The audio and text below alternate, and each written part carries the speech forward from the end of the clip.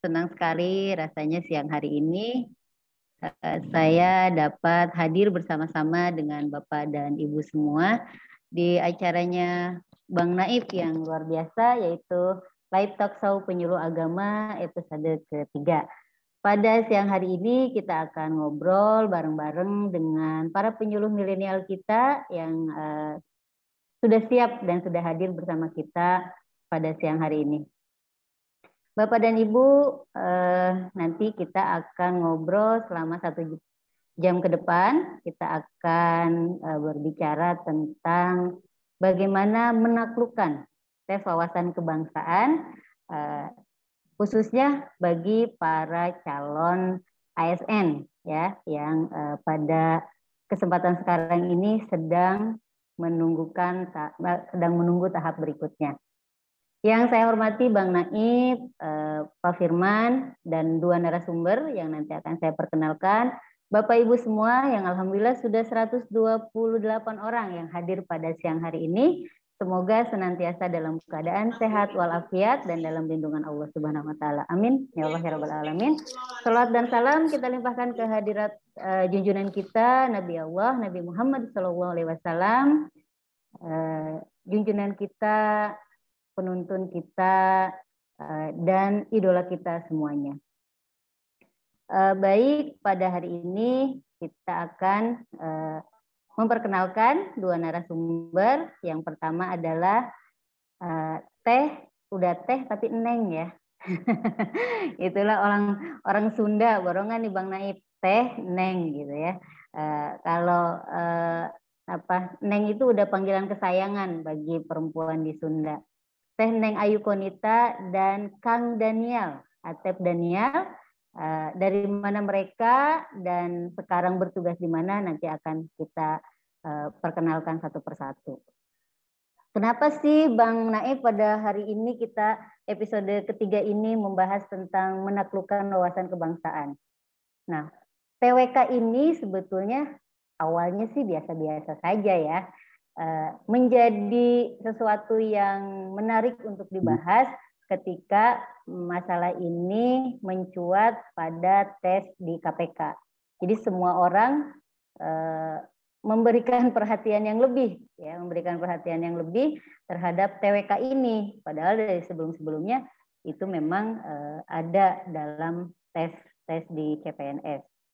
Lalu kenapa orang banyak yang gagal ketika mengisi soal TWK? Apa sih kesulitannya seperti itu? Lalu bagaimana Teh Neng dan Kang Daniel ini bisa sukses menaklukkan soal-soal TWK? Kita tahu sekarang ini alur untuk menjadi ASN itu lumayan panjang ya, lumayan panjang. Ada 6 ya, Neng dan Kang Daniel yang harus ditempuh dari mulai daftar akun, daftar formasi, seleksi administrasi, SKD, SKB, baru pengumuman. Nah, TWK ini adalah bagian dari materi tes SKD, betul ya, Neng dan Kang Daniel? Jadi ini ya, bagian, sebetulnya hanya bagian saja dari soal-soal yang ada di tes SKD.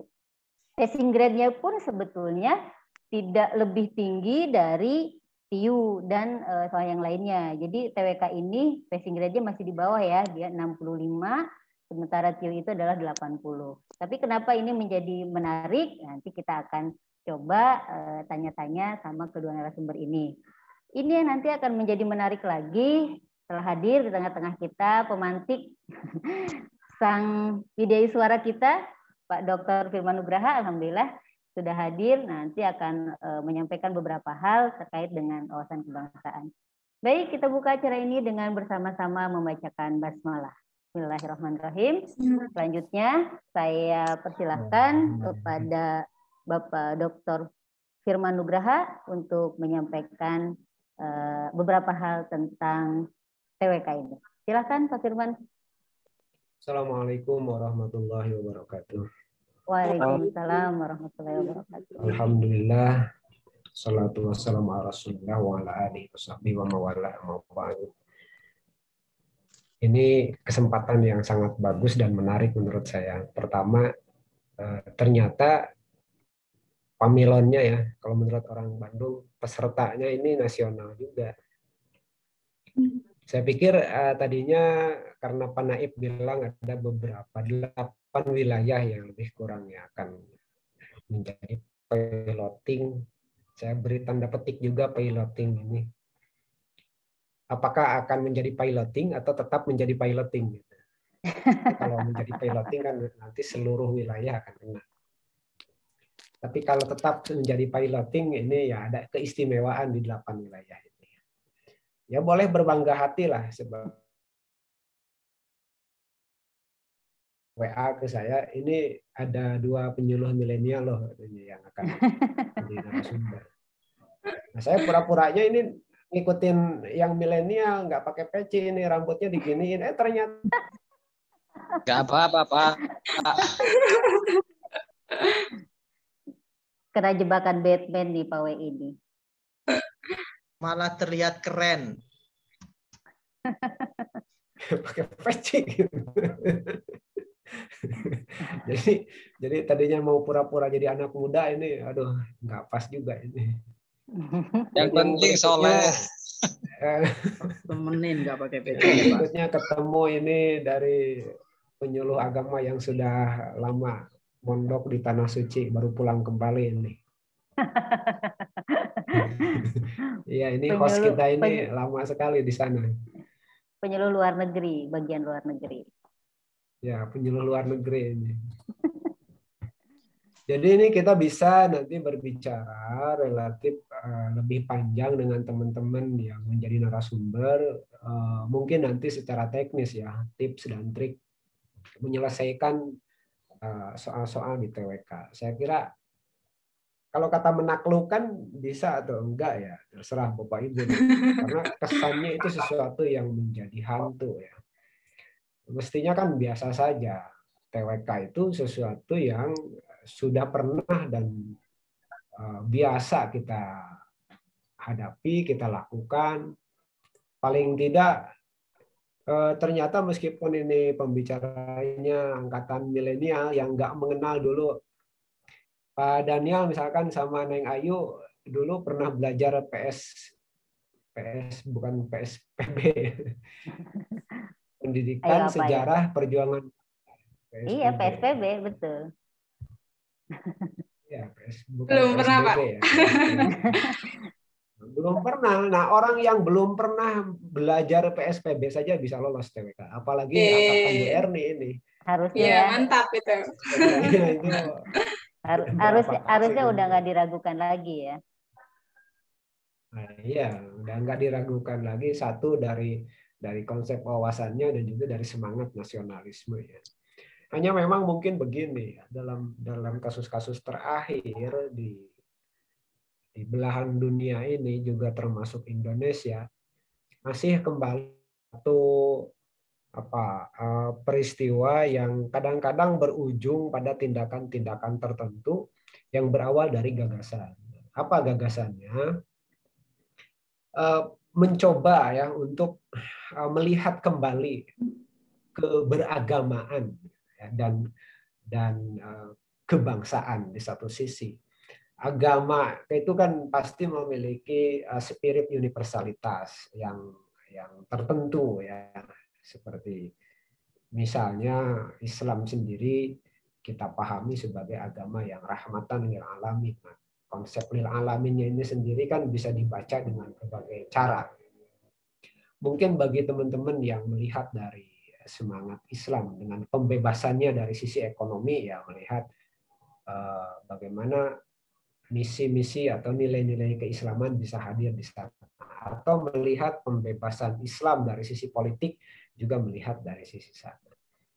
Nah, itu di beberapa negara kadang-kadang menjadi tindakan-tindakan politik, termasuk di Indonesia mencoba kembali menggugat ya pola hubungan antara keberagamaan dengan konsep berbangsa dan bernegara di Indonesia ini. Meskipun kita yakini itu udah final ya.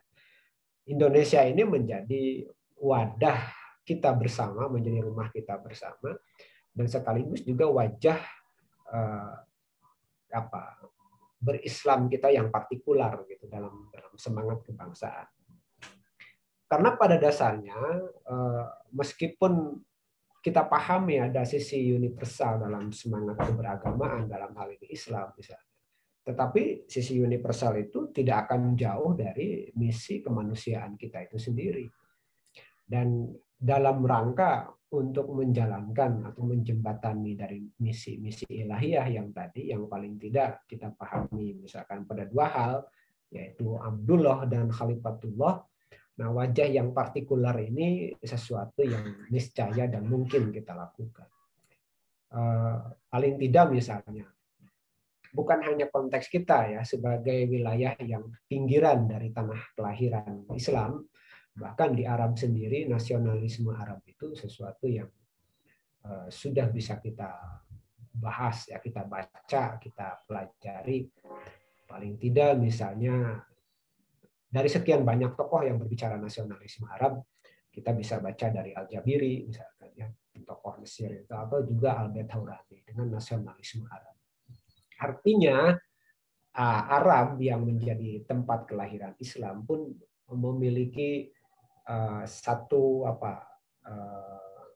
ya kredit poin lah yang tidak lebih tidak kurang sama dengan kita di Indonesia yang menjadi pinggiran dari kelahiran agama itu sendiri, bahwa nasionalisme untuk konteks hari ini adalah sebuah keniscayaan. Paling tidak kita bisa melihat juga bahwa nasionalisme itu sesuatu yang paralel dengan identitas kita ya sebagai orang yang dilahirkan di wilayah yang berbeda dengan identitas suku, bangsa dan keragaman budaya yang berbeda.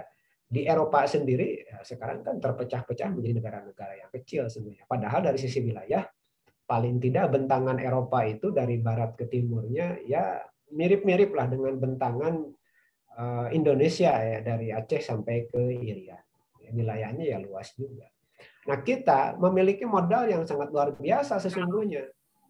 Di mana dulu di masa kolonialisme agama, salah satunya Islam menjadi semangat kita dalam pembebasan dari keterjajahan, karena tidak pernah ada satu konsep pun misalnya termasuk agama yang membenarkan manusia menjajah kepada manusia yang lain. Karena bagi kita umat Islam misalnya pengabdian kita ya bukan kepada manusia tapi kepada Sang Khalik. Itu misi yang pertama kita, Khalifah Abdullah tadi. Nah, tapi justru karena kemerdekaan itulah maka kita juga dalam rangka menjalankan fungsi Khalifatullah tentu berdiri sama tinggi, duduk sama rendah dengan bangsa-bangsa yang lain dalam rangka membangun peradaban. Nah, untuk bisa membangun peradaban itu kan kita harus selesai dulu dengan urusan domestik.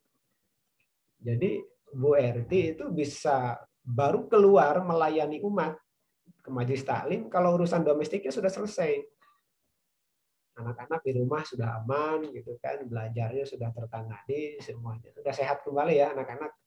Alhamdulillah sehat semuanya. Baru kita berikan pelayanan keluar. Dan kadang-kadang karena tusi kita mungkin lupa dengan situasi di rumah, kita sibuk melayani umat.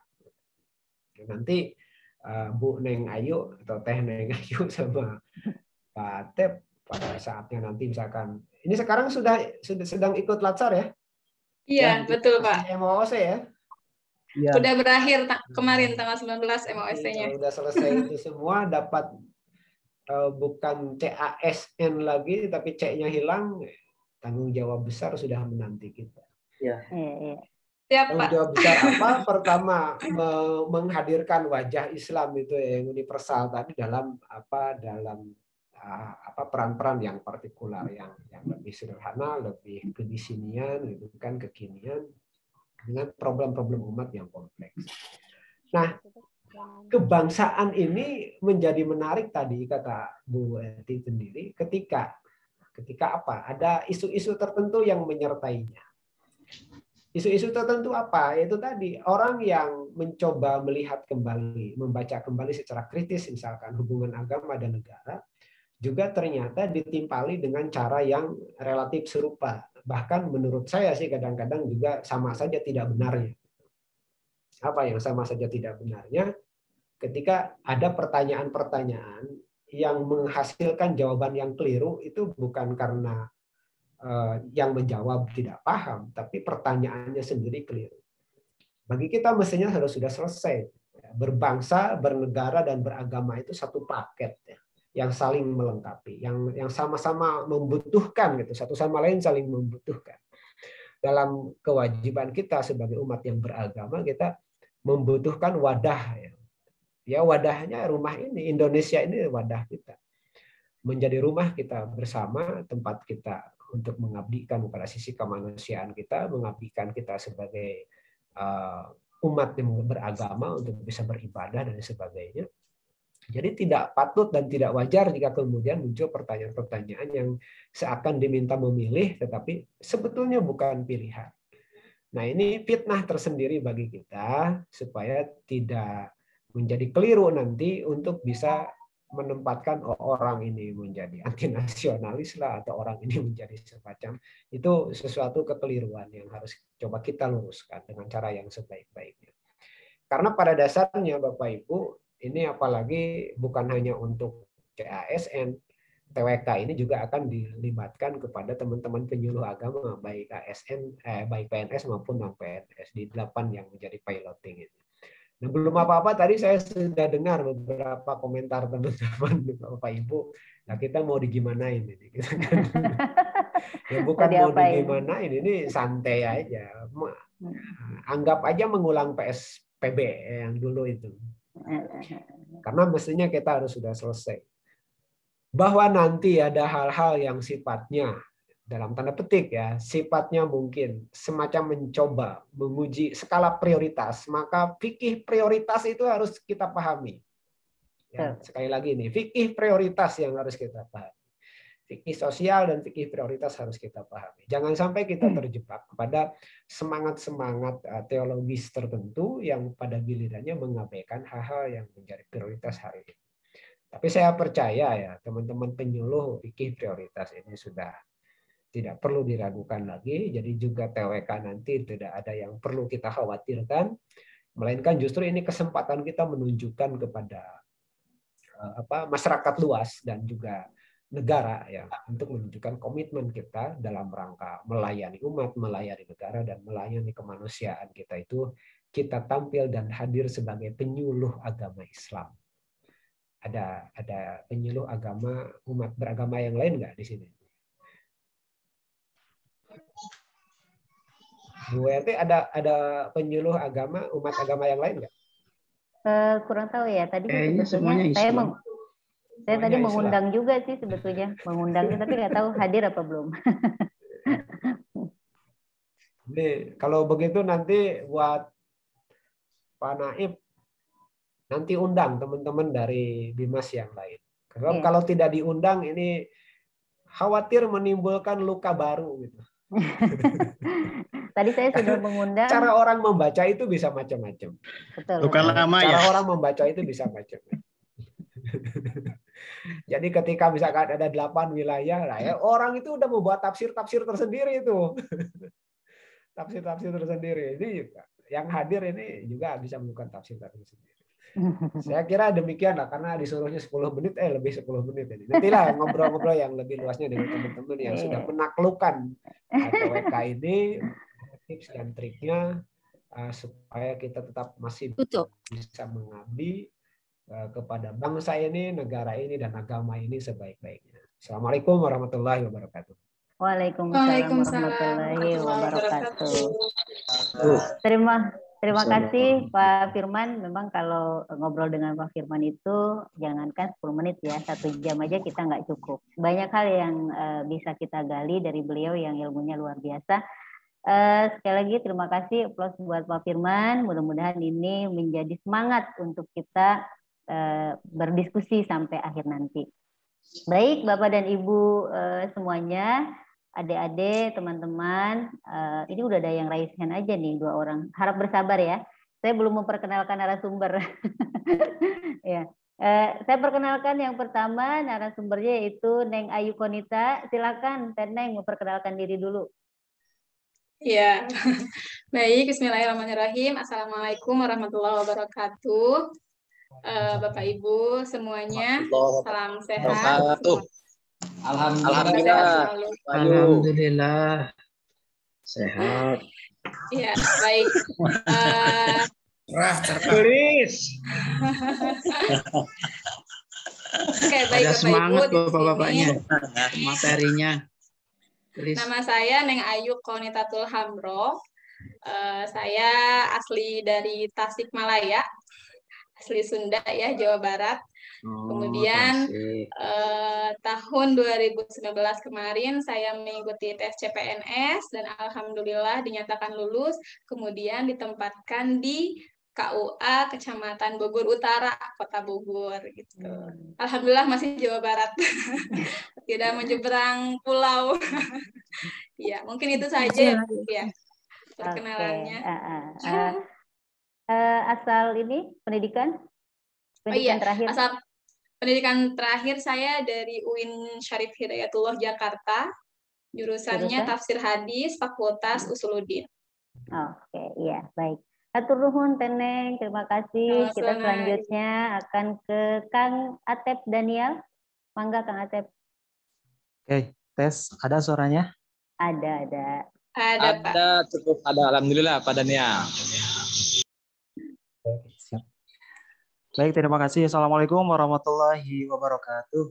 Waalaikumsalam warahmatullahi wabarakatuh. Hey, semangat pagi. Udah siang. Udah siang, tapi semangatnya harus tetap pagi ya. Oke. Izinkan saya untuk memperkenalkan diri. Nama saya Atep Daniel, asli dari Tasikmalaya, sama seperti Bu Ayu. Tapi Bu Ayu di kota Tasikmalaya, sedangkan saya di Kabupaten Tasikmalaya. Tepatnya dari Singaparna. Pasti bapak-bapak atau ibu-ibu di sini sering dengar. Alhamdulillah. Terkenal dengan kupat tahunya. Alhamdulillah saya tahun 2019 mencoba mengadu nasib untuk mengikuti tes CPNS dengan mengisi formasi penyuluh agama Islam di Kanwil Kementerian Agama Jawa Barat. Alhamdulillah lulus sebagai penyuluh agama. Dan untuk pendidikan terakhir, saya dari Sekolah Tinggi Agama Islam Persis, Bandung, dengan mengambil jurusan komunikasi dan penyiaran Islam. Segitu dulu mungkin. Iya. Terima kasih Kang Atep Daniel dan Teneng yang sudah memperkenalkan diri. Baik Bapak dan Ibu semuanya, ternyata hari ini always Java final ya. Saya dari Sumedang, Teneng dari Kota Tasik, Kang Atep dari Kabupaten Tasik, dan Kang Firman Cianjur. Mudah-mudahan ini tidak menimbulkan tafsir baru ya. Ternyata hari ini bukan Sunda, bukan Cianjur. Empire. Oh, Pak Firman bukan Cianjur, mana ya? Saya salah nih. Sukabumi. Oh, Sukabumi, iya. Itu ya. Jadi ketahuan saya udah lama nggak ketemu, jadi lupa.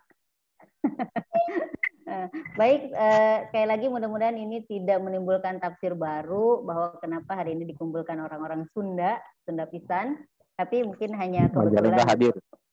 Siap, Majalengka, ya. Hanya kebetulan saja kita pada hari ini bareng. Baik Bapak dan Ibu, karena kita temanya pada hari ini adalah menaklukkan tes wawasan kebangsaan, di mana para pejuang NIP ini sekarang sedang menunggu pengumuman berikutnya, betul nggak ya? Jadi sekarang betul. Itu ada yang namanya masa sanggah ya. Kalau pada masa sekarang ketika CPNS itu apa sih sebetulnya masa sanggah itu? Nah, ternyata setelah serangkaian tes yang diikuti, lalu pengumuman siapa saja yang berhak untuk lulus.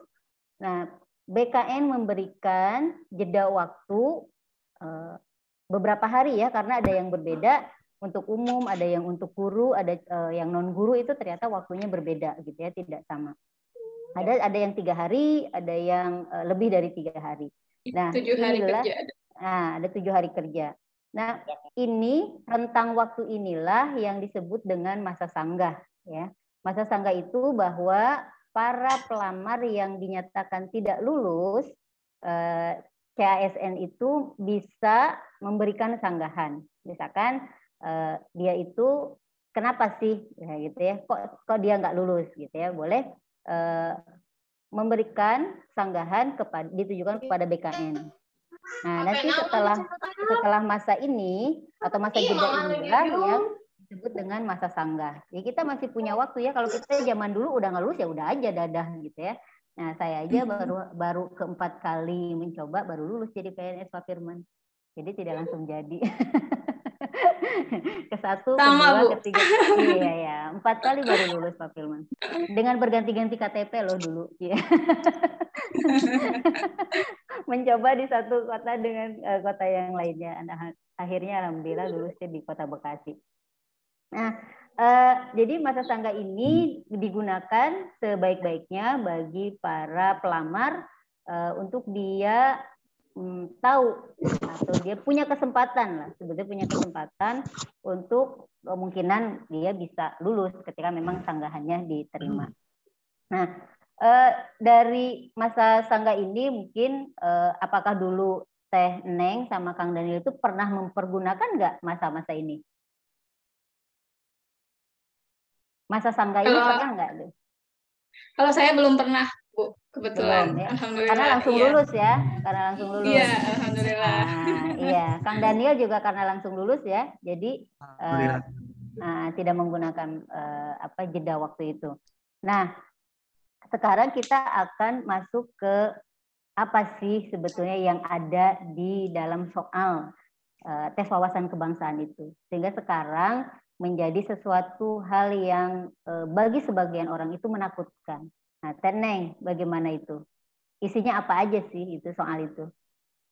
Oh iya, baik, tentang isi sesuai dari kisi-kisi Permenpan RB ya untuk CPNS tahun 2021 ini tidak jauh beda dengan CPNS tahun angkatan kami 2019 karena memang tidak ada angkatan 2020 ya. Dilewat gitu ya, karena 2019 saja kita memanjang ke 2020 dikarenakan corona itu ya. Nah, memang kisi-kisinya sama saja. TWK itu terdiri dari 4 pokok bahasan. Yang pertama adalah tentang nasionalisme, kemudian yang kedua adalah tentang integritas, kemudian yang ketiga adalah tentang bela negara, dan yang keempat adalah tentang pilar negara. Nah, yang mana pilar negara ini juga memiliki cabang ya, sebagaimana kita tahu ada 4 pilar negara. Yang pertama adalah Pancasila ya Bapak Ibu, kemudian yang kedua adalah Undang-Undang Dasar 1945, kemudian juga tentang NKRI, Negara Kesatuan Republik Indonesia, dan yang terakhir adalah tentang Bhinneka Tunggal Ika. Nah, jadi keempat poin penting inilah yang akan muncul nanti di soal-soal tentang tes wawasan kebangsaan CPNS, ataupun mungkin nanti di asesmen ya, pemetaan penyuluh juga kurang lebih sepertinya memang sama seperti itu. Ada 4 tema gitu, Bu. Dicatat itu ya. Sebetulnya sih kalau lihat dari itu nggak ada masalah ya Kang Firman ya. Itu sebetulnya biasa aja gitu ya. Ya, gimana Kang Daniel? Dari keempat besar itu bentuk soalnya seperti apa sih yang membuat mereka tidak lulus itu? Oke, untuk bentuk soal sih insya Allah tidak keluar dari kisi-kisi Permenpan RB ya nomor 27 tahun 2021. Untuk porsinya sendiri di TWK itu 30 soal ya Bu. Yang mana konkretnya sekarang itu 65. Berarti sekitar 13 nomor kita harus menjawab dengan benar. Hanya 13 nomor yang dibutuhkan ya? Ya. Atau sekitar 43% dari seluruh soal yang harus kita jawab benar. Tapi mengapa ini menjadi menakutkan bagi kita?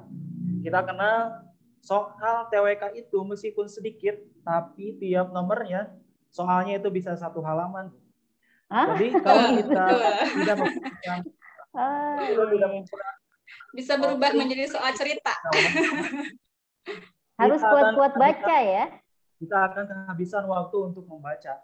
Apalagi kita menjawabnya terburu-buru. Misalkan mepet nih waktunya, udah. Jadi baiknya gimana? Jadi baiknya gimana itu Kang Daniel? Kalau saya sih dulu ya, ini opsional bisa ditiru silakan, kalau enggak juga nggak apa-apa. Dulu saya pertama kerjakan itu soal TKP, karena TKP itu nggak perlu penalaran, tapi cuma pemahaman soal.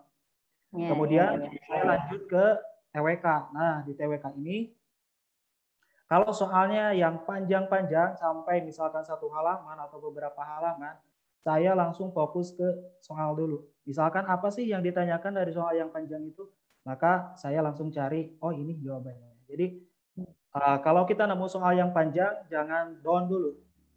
Kita langsung cari inti masalahnya apa. Apa sih yang ditanyakan oleh soal. Kalau saya dulu. Iya.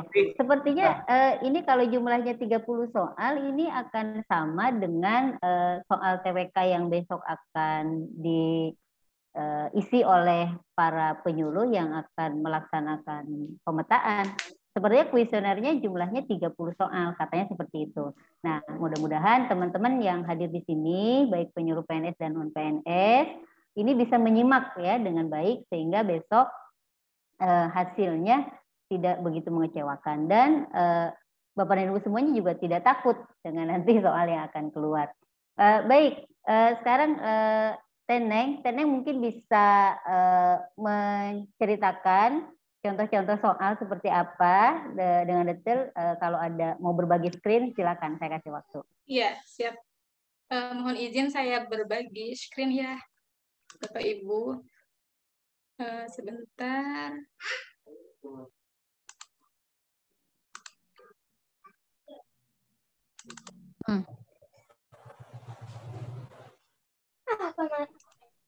Ini kok nggak mau? Tadi bisa. Bapak Ibu sudah muncul screen yang saya share? Belum. Sudah. Sudah ya? Belum.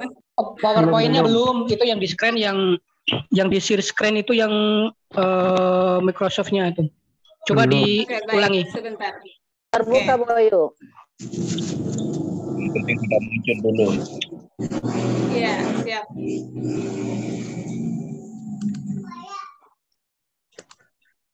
Ya.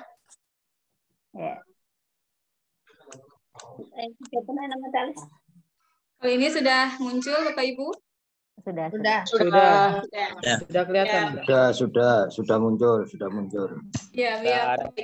Sudah. Bukan Sido muncul ya, sudah muncul. Sudah muncul. Baik, nah tadi yang ditanyakan. Sido muncul mah.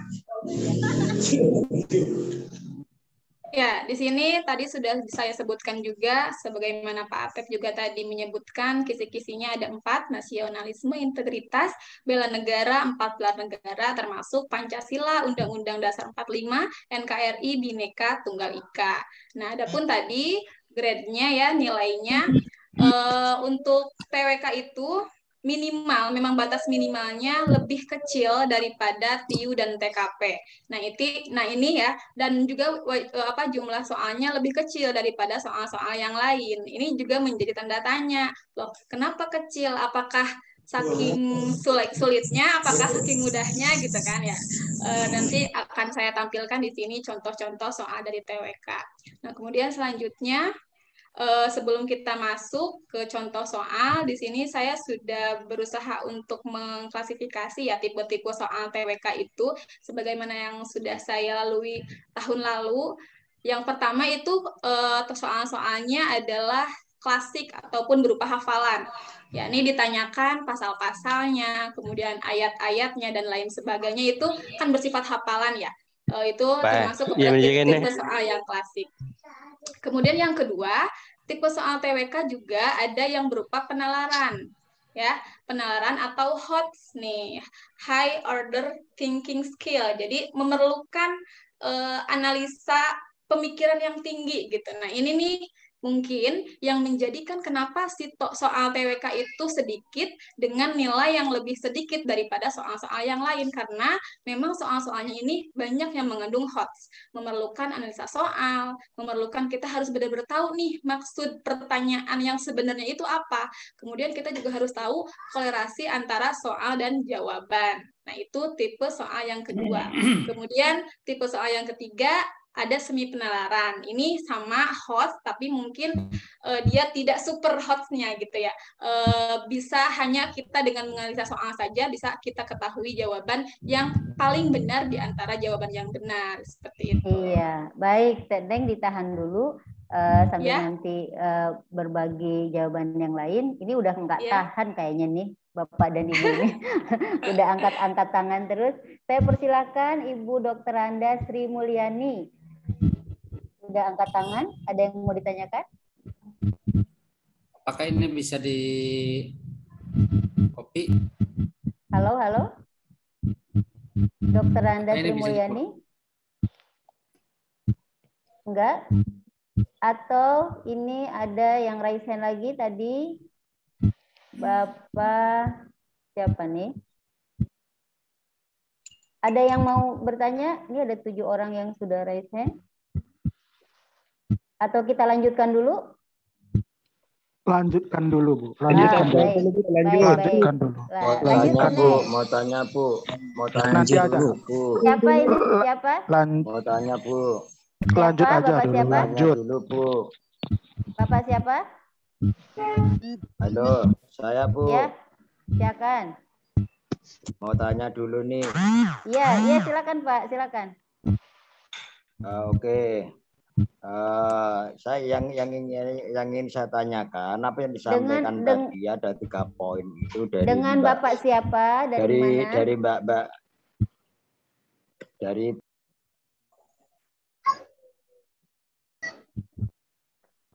Sepertinya ada bagusnya masalah, di akhir nanti pertanyaan di akhir. Ah, baik. Kalau gitu kita pertanyaan lanjutkan di akhir. Teneng, Nanti 5 menit lagi aja ya. Setelah ini Kang Daniel. Oke, siap. Nanti aja bertanya-tanya itu. Ya, di sini saya sudah mengeneralisir gitu ya. Ada beberapa contoh soal HOTS ya, yang memerlukan analisa, yang memerlukan pemikiran tingkat tinggi, karena memang di sini bukan hanya hafalan saja, bukan hanya hafalan ayat, bukan hanya hafalan tentang pasal-pasal, tetapi memerlukan analisa dan juga pemikiran yang lebih luas gitu. Nah, di sini contohnya, contoh yang pertama, Bapak Ibu, sembari saya memperlihatkan contoh, mungkin Bapak Ibu juga bisa sambil menjawab ya, sekalian kita latihan. Oke, contoh soal yang pertama nih tentang Undang-Undang Dasar.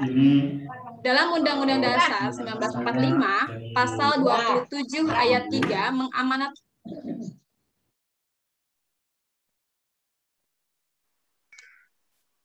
bahwa setiap warga negara berhak dan wajib ikut serta dalam upaya pembelaan negara.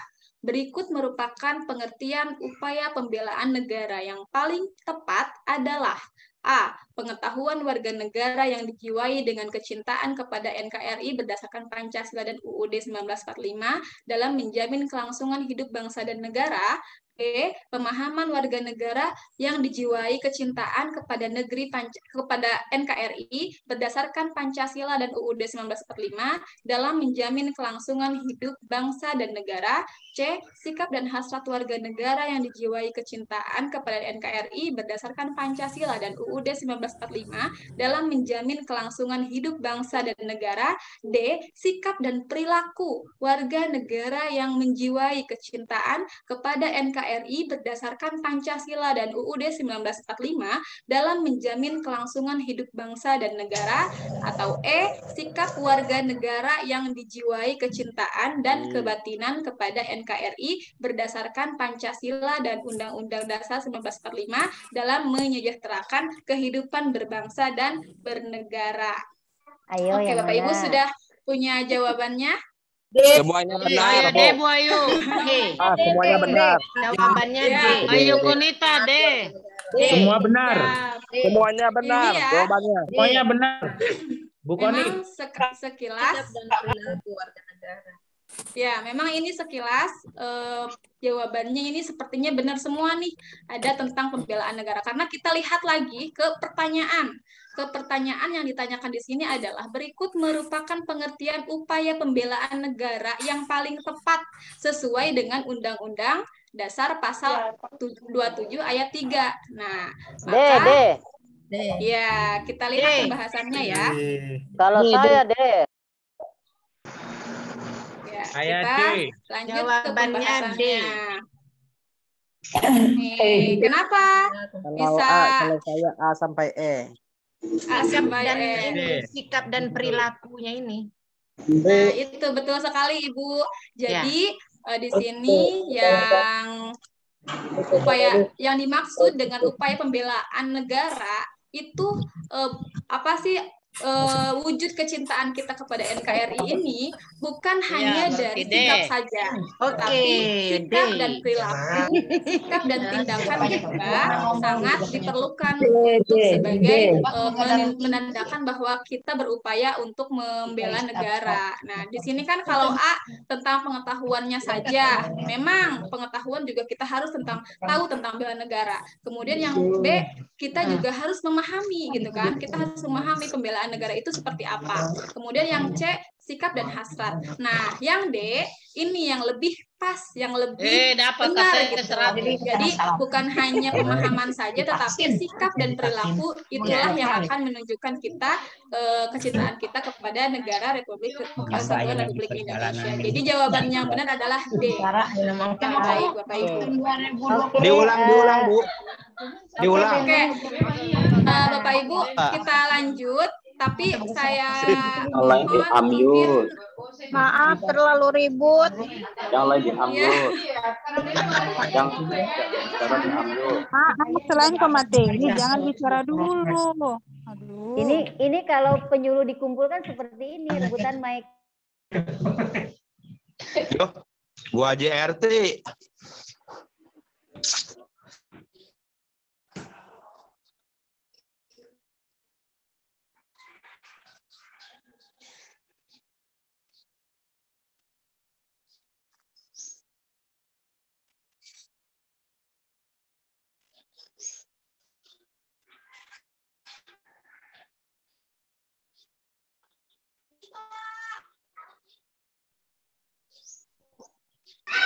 Suaranya Teh Neng Ayu ingat.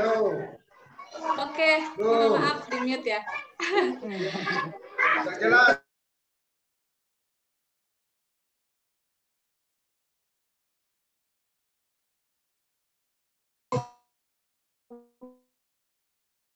Negara dan syarat tentang pembelaan diatur dengan undang-undang.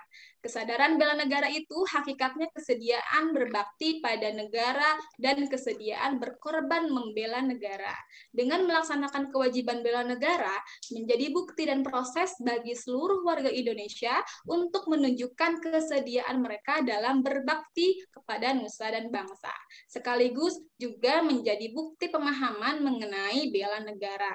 Nah, kita fokus lagi ke pertanyaan nih. Pertanyaan soalnya kalau ini kan narasinya ya. Kita yang pertama fokus kepada soalnya. Berikut ini yang bukan merupakan alasan tentang pentingnya upaya pembelaan negara dilakukan oleh setiap warga negara Indonesia adalah. Nah, kita lihat lagi pertanyaannya yang ditanyakan adalah yang bukan merupakan alasan gitu kan. Nah, A, bela negara dilakukan untuk menjaga keutuhan wilayah NKRI dari ancaman atau gangguan dari luar negeri. B, bela negara dilakukan untuk mempertahankan negara Indonesia dari berbagai ancaman yang masuk ke wilayah NKRI. C, bela negara merupakan hak sekaligus kewajiban setiap warga negara yang diatur dalam undang-undang. D, bela negara merupakan kegiatan untuk menjaga NKRI dan untuk memperoleh kehormatan dari negara lain. E, bela negara merupakan kegiatan untuk mengamankan dari segala hal yang mengganggu kestabilan negara Indonesia. Nah, Indonesia ya ini. Oke, Bapak Ibu sudah ada jawabannya ya, simpan dalam hati saja supaya tidak muncul keributan. Nah, untuk menganalisis soal ini, yang pertama tadi, memang banyak sekali dari TWK itu soal-soal yang berupa narasi ya. Narasi, kalau ini sih mending ya, mending maksudnya tidak terlalu panjang. Nanti akan lagi ada muncul soal-soal yang satu halaman saja dia tidak cukup karena banyak narasinya. Nah, kita langsung fokus saja untuk menghemat waktu, kita langsung fokus dulu ke pertanyaan soalnya. Ya, karena kalau kita supaya nanti kita tidak balik lagi nih ketika kita baca di pertanyaannya, oh lupa tadi narasinya apa, maka yang harus kita lakukan pertama adalah lihat dulu pertanyaannya. Nah, di sini pertanyaannya adalah berikut ini yang bukan merupakan nih, jangan sampai terkecoh di sini karena alasan kita buru-buru gitu ya, karena di sini yang ditanyakan adalah yang bukan merupakan alasan. Nah, jadi coba Bapak Ibu lihat di sini A, B, C, D, E semuanya hampir sama. Rasa-rasanya semuanya benar gitu kan. Memang bela negara itu adalah dilakukan untuk menjaga keutuhan gitu kan. Nah, ini bela negara yang A, bela negara dilakukan untuk menjaga keutuhan wilayah NKRI dari ancaman. Betul. Yang B, untuk mempertahankan negara Indonesia dari berbagai ancaman yang masuk ke wilayah NKRI. Betul. Kemudian yang C, bela negara merupakan hak sekaligus kewajiban setiap warga negara yang diatur dalam undang-undang. Itu betul kan, ada pasal-pasalnya. Kemudian yang D, bela negara merupakan kegiatan untuk menjaga NKRI dan untuk memperoleh kehormatan dari negara lain. Nah, ini yang harus kita curigai nih di sini. Kita lihat pembahasannya.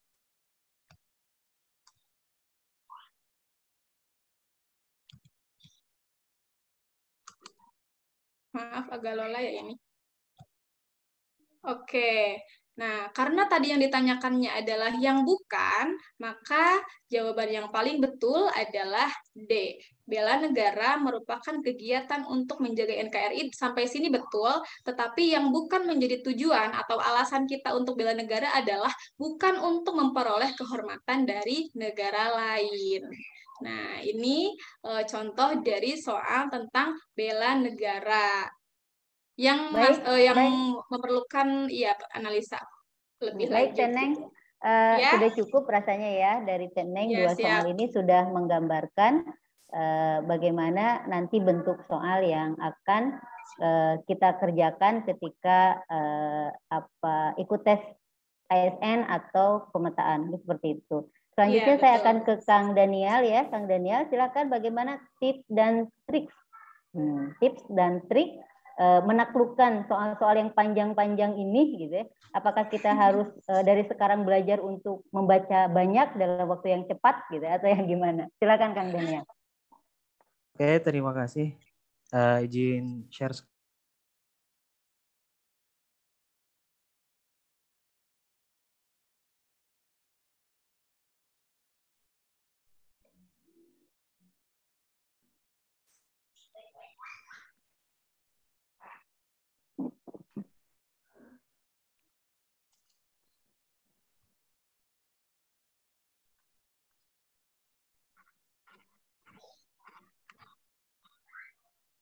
Oh ya, benar.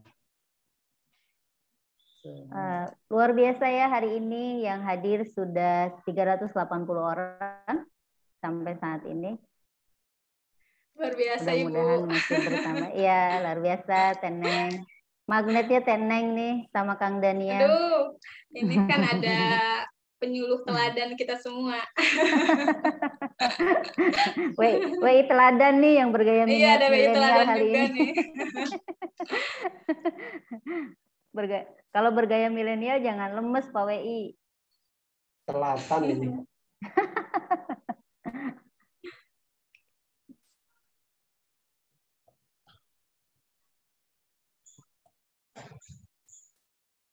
Ya. Sudah tampil? Ya, sudah. Pak. Oke, mungkin saya mengulas dulu sedikit ya materi tentang nasionalisme dan integritas. Karena kita sudah membagi dua sama Bu Ayu. Kalau Bu Ayu tadi fokusnya ke bela negara sama 4 pilar, sedangkan saya nasionalisme dan integritas ya. Oke, ini sudah lewat. Nah, mungkin sebelum ke contoh soal, kira-kira apa sih yang kita rasakan ketika kita melihat gambar ini?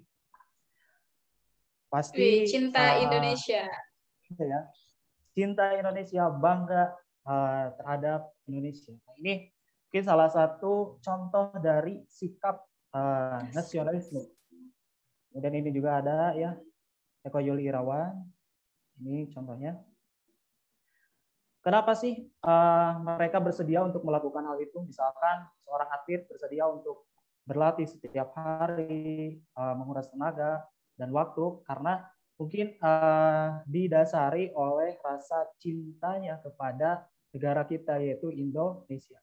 Dan secara sederhana, nasionalisme itu adalah rasa cinta, kesetiaan tertinggi seorang yang harus diserahkan kepada bangsa dan negaranya, kalau kita Indonesia.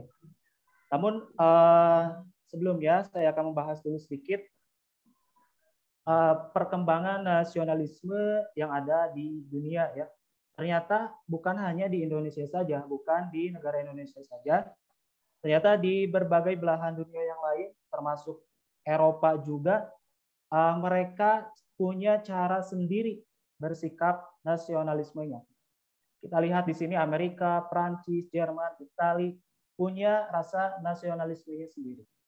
Tetapi Amerika, Prancis, Jerman, dan lain sebagainya, nasionalisme yang mereka rasakan itu berlanjut ke nasionalisme yang bersifat ekspansi atau ingin menjajah negara-negara lain, sehingga negara kita Indonesia dijajah oleh bangsa-bangsa Eropa, ya, Belanda dan lain sebagainya.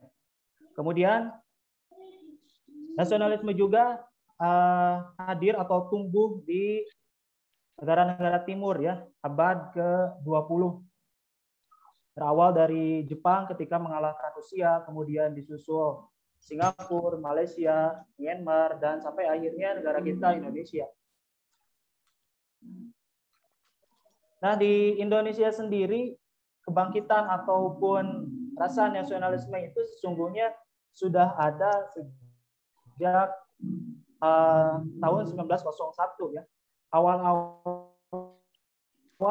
kebangkitan nasionalisme di Indonesia itu ditandai dengan gerakan emansipasi wanita dari R.A. Kartini ya. Kemudian disusul oleh benih-benih nasionalisme pada tahun-tahun selanjutnya. Kita lihat sejarah di tahun 1908 sampai 1945 itu sudah terjadi integrasi ya, ataupun penyatuan rasa nasionalisme sehingga membentuk kemerdekaan ataupun mencapai kemerdekaan negara Indonesia. Ini kita lihat di sini. Kalau nasionalisme itu biasanya yang saya alami ketika menjawab soal CPNS tentang nasionalisme, pasti kita harus merefresh kembali ingatan-ingatan kita tentang sejarah-sejarah. Di sini saya beri contoh sejarah pergerakan bangsa Indonesia yang dimulai kita kenal dengan Budi Utomo ya pada tanggal 20 Mei 1908. Boleh ibu-ibu, bapak-bapak sekalian lihat lagi nanti, perdalam lagi materinya. Kemudian ada Perhimpunan Indonesia ya. Kemudian selanjutnya ada Kongres Pemuda 1 tanggal 30 April 1926. Kemudian disusul Kongres Pemuda tanggal 28 Oktober 1928 dan lain sebagainya sehingga negara kita mencapai proklamasi ataupun kemerdekaan. Nah, ini kita bisa lihat di sini bagan-bagan ataupun tahapan-tahapan nasionalisme yang terjadi di Indonesia mulai tahun 1908 ya, yang telah tadi saya jelaskan, dan sampai tahun 99 sampai sekarang ya. Tetapi kita tahu sekarang nasionalisme itu atau nasionalisme yang ada di Indonesia itu menghadapi berbagai permasalahan ya, baik itu paham-paham liberalisme, individualisme, egoisme dan lain sebagainya. Nah, ini menjadi tantangan untuk kita sendiri. untuk kita sebagai bangsa Indonesia. Nah, lalu apa sih makna nasionalisme itu? Jika kita melihat makna secara umum, maka nasionalisme adalah suatu sikap politik masyarakat suatu bangsa yang memiliki kesamaan kebudayaan, wilayah, kesamaan cita-cita, dan kesamaan tujuan. Yang dengan hal itu maka akan menimbulkan kecintaan mendalam dan kesetiaan mendalam terhadap negara atau bangsanya itu. Nah, ini mungkin yang disebut dengan makna nasionalisme. Tetapi saya tekankan di sini, nasionalisme yang kita anut di Indonesia itu berbeda dengan nasionalisme yang dianut oleh negara lain. Nasionalisme yang kita anut berlandaskan atau berdasar pada Pancasila sebagai falsafah, sebagai pandangan hidup dan sebagai ideologi bangsa kita. Nah, di sini ada beberapa faktor penyebab munculnya nasionalisme di Indonesia ya. Pertama, ada faktor internal. Yang pertama ada kejayaan bangsa Indonesia sebelum kedatangan bangsa Barat. Nah, ini sebelum kedatangan bangsa Barat, sebenarnya bangsa Indonesia telah mencapai kejayaan ya di zaman Majapahit, kemudian kerajaan-kerajaan yang lainnya. Tetapi yang disayangkan ketika itu tidak ada persatuan sehingga mudah diadu domba ya. Kemudian yang kedua, penderitaan rakyat akibat politik drainage ya, atau penggerukan kekayaan. Kemudian yang ketiga, adanya diskriminasi rasial. Yang keempat, munculnya golongan terpelajar ya, dimulai dari Budi Utomo, kemudian Sarekat Dagang Islam, Sarekat Islam dan lain sebagainya. Kemudian faktor eksternalnya nasionalisme muncul di Indonesia. Yang pertama, kemenangan Jepang atas Rusia yang telah tadi saya bahas. Kemudian yang kedua, kebangkitan nasionalisme negara-negara di Asia dan Afrika. Kemudian yang ketiga, masuknya paham-paham baru. Nah, ini sedikit gambaran tentang nasionalisme yang Bapak Ibu nanti bisa digali lebih dalam lagi ya. Kemudian contoh dari sikap nasionalisme sendiri itu seperti apa? Nah, ini ya, yang pertama bisa membela kedaulatan negara. Kemudian yang kedua, menjunjung tinggi nilai persatuan dan kesatuan bangsa. Kemudian yang ketiga, menjaga ketertiban dan mematuhi peraturan yang berlaku. Kemudian yang keempat, turut mempertahankan dan memajukan negara. Yang kelima, melestarikan dan menjaga budaya Indonesia. Nah, ini yang karena menarik ya, menggunakan produk dalam negeri, cinta terhadap produk sendiri. Nah, ini mungkin menjadi salah satu tantangan bagi kita sebagai kaum milenial ya. Biasanya anak-anak muda itu suka produk-produk yang berasal dari Barat. Padahal kualitasnya belum tentu lebih bagus dari produk-produk yang ada di dalam negeri. Nah, ini mungkin salah satu atau beberapa contoh sikap-sikap nasionalisme yang bisa kita terapkan dalam kehidupan sehari-hari. Nah, lalu contoh soalnya seperti apa sih untuk materi nasionalisme? Nah, ini ya, ada 3 soal. Ini bisa silakan Bapak Ibu baca ya. Karena semua soal yang akan nanti di tes di FKD itu jumlahnya 110 soal dalam 100 menit, maka saya sudah hitung satu soal itu jangan lebih dari 54 detik. Berarti maksimal kita mempunyai waktu untuk satu soal itu 54 detik. Ini ya untuk soal yang pertama, suatu sikap politik dari masyarakat suatu bangsa.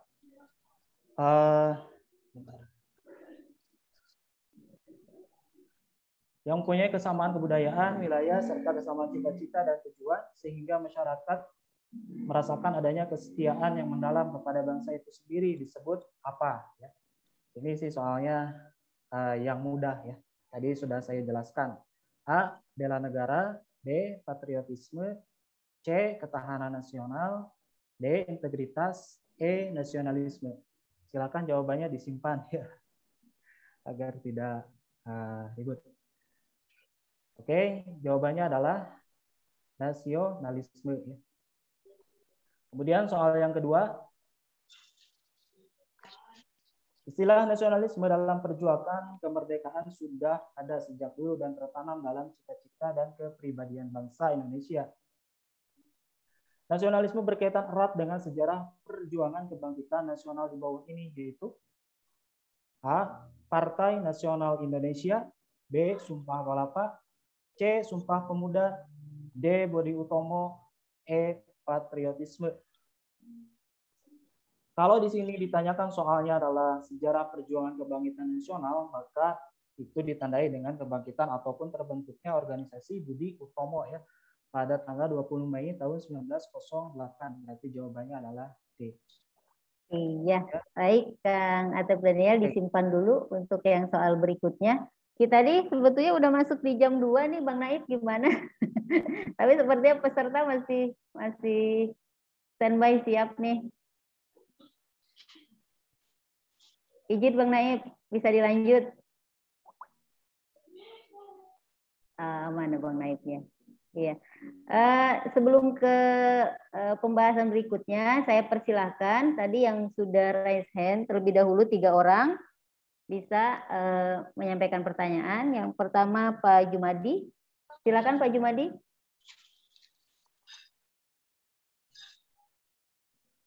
Halo, ada Pak Jumadi? Kalau nggak ada Pak Jumadi, bisa Pak Iqbal duluan, Pak Iqbal dari Jakarta. Ya, silakan Pak Iqbal.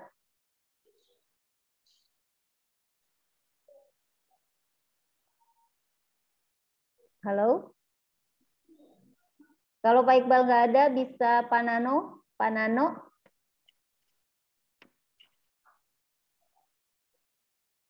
Nggak ada juga. Siapa yang standby tadi yang raise hand? Atau tadi saya baca di chat ini ada yang mempertanyakan apa bedanya asesmen dengan pemetaan? Kita tanyakan ke Pak WI kita yang mumpung masih hadir di sini. Silakan Pak Firman. Bisa kasih advice lah apa. Ini teman-teman raise hand maksudnya tepuk tangan mungkin. Ini pemetaan ya. Pemetaan itu kalau dilihat dari semacam rancangan untuk pemetaan ya tentang penyuluh terkait kawasan kebangsaan, saya kira memang beda ini. Meskipun hasilnya sama, maksud dan tujuannya dari sisi hasil sama. Samanya apa? Untuk menjaring kan. Kalau asesmen yang untuk CASN itu memang lolos dan tidak lolos. Kalau pemetaan untuk yang sudah menduduki jabatan penyuluh baik PNS maupun non PNS, ini lebih sifatnya pemetaan, ujung-ujungnya di pembinaan. Saya ingat di 2018 itu ada SKB seleksi kompetensi bidang yang salah satunya memang menguatkan kembali komitmen tentang kebangsaan. Dan di situ soal-soal itu bermata ganda ya, kalau mata pisau itu. Jadi kita para asesor itu ada resikonya juga. Kalau ternyata CPNS itu dinyatakan lolos oleh kita asesor, sementara ternyata katakanlah ya nasionalismenya kurang atau memiliki semangat-semangat yang dalam tanda petik misalkan lebih mengedepankan Islam politik daripada nasionalisme kita, itu kita asesor juga akan dipandang sebagai orang yang memiliki potensi radikalis dan intoleran.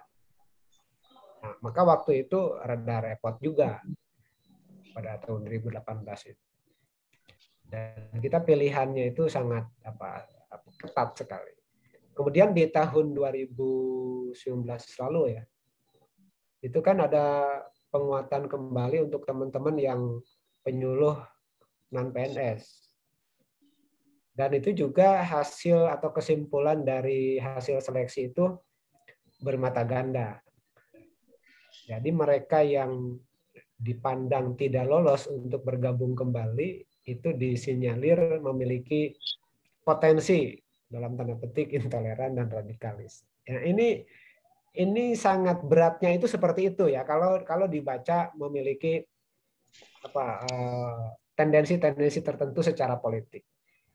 Nah, ini juga teman-teman itu sudah jauh-jauh hari sudah punya prasangka-prasangka tertentu. Nah, ini pemetaan seperti ini ujungnya seperti apa gitu kan. Kalau kita nggak lolos itu nanti kita akan dipandang seperti apa.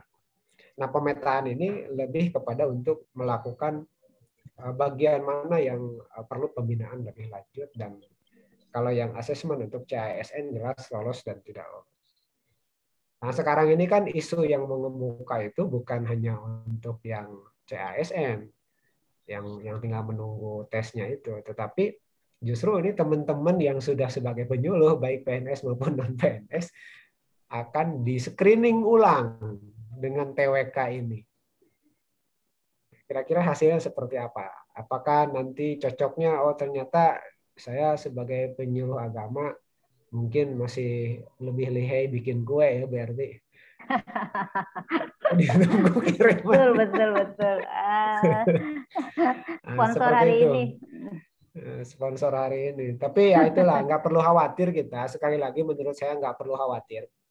Karena kalau berkaca dari soal-soal SKB yang 2018 itu memang agak-agak tendensius gitu. Jebakan soalnya antara mencoba memperhadapkan agama di satu sisi dan komitmen kebangsaan kita di sisi lain. Tapi itu hanya jebakan soal aja. Karena kalau kita sudah bulat dengan komitmen kebangsaan kita, yaitu tadi kata kuncinya adalah fikih prioritas tolong menjadi strategi kita untuk bisa lolos di TWK yang pemetaan ini. Jangan khawatir tiba-tiba kita menjadi gara-gara ada kecenderungan tertentu yang lebih mengedepankan, misalkan dalam situasi seperti ini aja, salah satu yang menarik itu kan isu-isu vaksin itu juga menarik gitu kan. Nah, ini ujian-ujian yang sebetulnya tanpa ada TWK juga harus sudah bisa terbaca seperti itu. Iya, baik, terima kasih Pak WI. Mungkin itu bisa menjawab dari kawan-kawan tadi yang mempertanyakan apa bedanya asesmen dengan TWK. Sekali lagi bahwa tidak perlu ditakutkan, kita kerjakan saja, kita ikutin saja yang besok akan kita laksanakan. Selanjutnya saya kasih waktu Pak Iqbal, silakan Pak Iqbal. Bang Naib mungkin bisa dibuka untuk Pak Iqbal, ya. Assalamualaikum warahmatullahi wabarakatuh. Waalaikumsalam warahmatullahi wabarakatuh. Yang saya hormati Bu Erti, Herlina, narasumber, Bu Ayu, Konita, lalu Pak Firman. Saya ini sambil sharing dan cerita pengalaman saya tes CPNS di 2021 ya. Iya, silakan Pak Iqbal. Ya. Yang saya perhatikan dan yang saya teliti di tes CPNS 2021 itu memang di Kemenak agak apa ya istilahnya?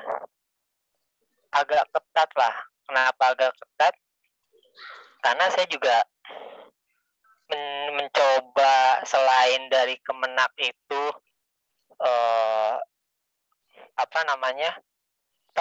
persyaratan. Karena di Kemenak itu diminta persyaratannya akreditasi universitas dan akreditasi prodi itu memang seperti itu. Cuman di instansi lain enggak, ya mungkin kebijakan lain-lain ya. Oleh karenanya kemarin saya bukan di penyuluh nyobanya, cuman saya di auditor. Nah, karena kampus saya itu bermasalah di akreditasi kampus, ya udahlah saya coba. Akan tetapi saya itu gugurnya bukan di akreditasi universitas, melainkan saya tidak mengunggah surat pernyataan, karena di surat pernyataan itu ada dua, baik surat pernyataan bebas narkoba maupun surat pernyataan bersedia ditempatkan, seperti itu.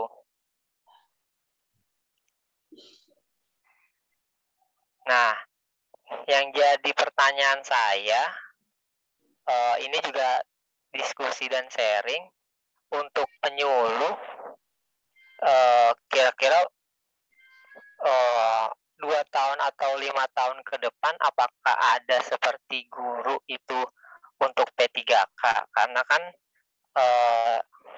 dari teman-teman penyuluh juga istilahnya udah senior dan sepuh di atas 35 tahun. Jadi harapan untuk CPNS itu kurang.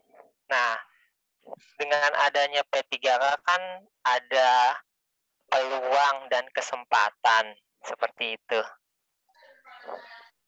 Terima kasih dari saya. Assalamualaikum warahmatullahi wabarakatuh. Waalaikumsalam warahmatullahi wabarakatuh. Terima kasih Pak Iqbal. Satu lagi saya kasih kesempatan Ibu Samsiah, Pokjalu Makassar. Silakan.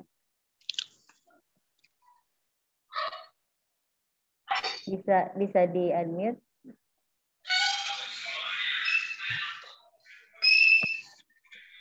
Assalamualaikum warahmatullahi wabarakatuh. Waalaikumsalam warahmatullahi wabarakatuh. Halo Bu Ayu. Iya, silakan Ibu Samsiah. Apa kabar Bu Ayu?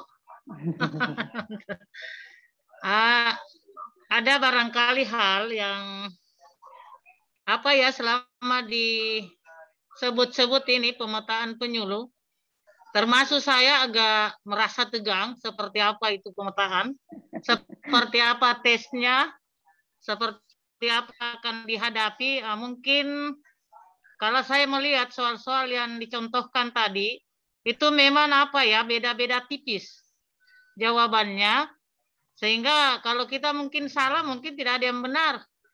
Karena mungkin itu analisa tadi, kemudian ada barangkali cara-cara yang harus dilakukan sehingga, karena mungkin barangkali Bu Ayu ada waktunya ada batasan waktu yang diberikan, sehingga kalau terlalu panjang soalnya mungkin kita akan bolak-balik di situ membaca tanpa menemukan yang mana sebenarnya jawabannya.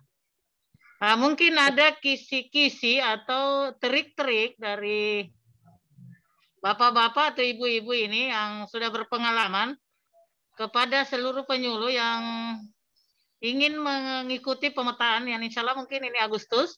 Ada mungkin item-item hal-hal apa saja yang harus kita lakukan sehingga pada saat kita mengikuti betul-betul fokus dan tidak terjebak dengan sesuatu. Soalnya panjang tetapi sebenarnya jawabannya kan itu tadi ada intinya. Salah satu diantaranya menurut Bu Ayu adalah lihat pertanyaannya. Jangan terfokus pada panjangnya soal. Mungkin ada lagi beberapa trik-trik yang para bapak-bapak dan ibu-ibu atau saya bisa panggil adik-adik barangkali karena saya sudah senior umur tetapi mungkin senior ilmu ini yang ada di depan kita. Ya mungkin itu barangkali Bu Ayu, mohon maaf. Ya, atas nama Pokjalu Makassar. Iya, terima kasih. Assalamualaikum warahmatullahi wabarakatuh. Waalaikumsalam warahmatullahi wabarakatuh. Terima kasih Bu Samsiah dan tadi dari Pak Iqbal. Satu lagi saya berikan kesempatan Lampung. Silakan Pak Agus Suparno.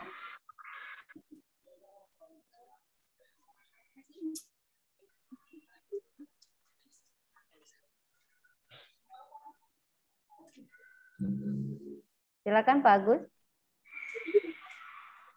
Saya udah buka. Nggak bisa ya? Halo.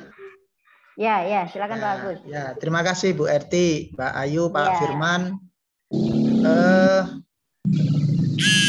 Dengan kejadian di KPK mungkin apa yang diceritakan Ibu sebelumnya mungkin jadi was-was gitu ya. Tapi kalau saya sih positif thinking aja.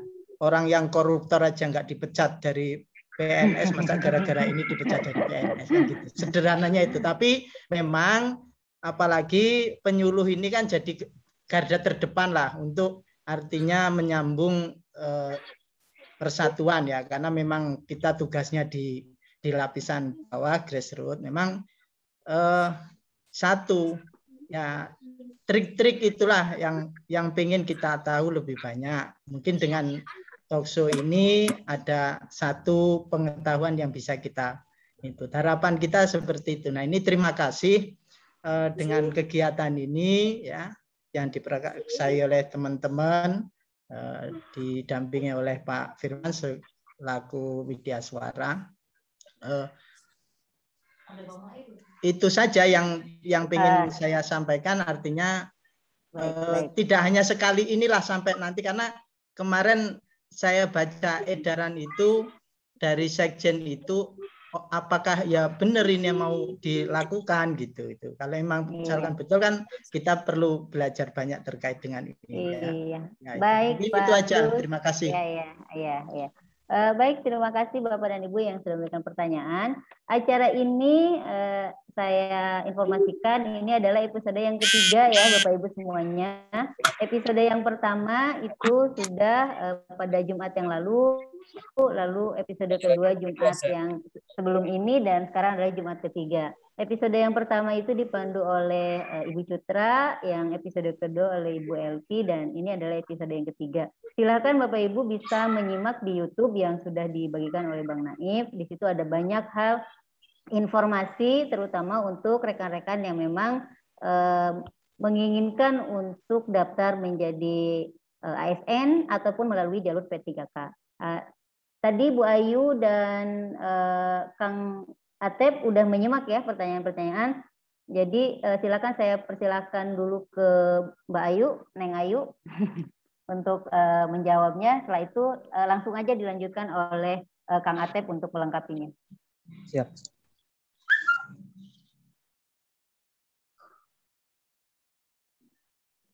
Buka dulu suaranya Ibu. Masih unmute nih.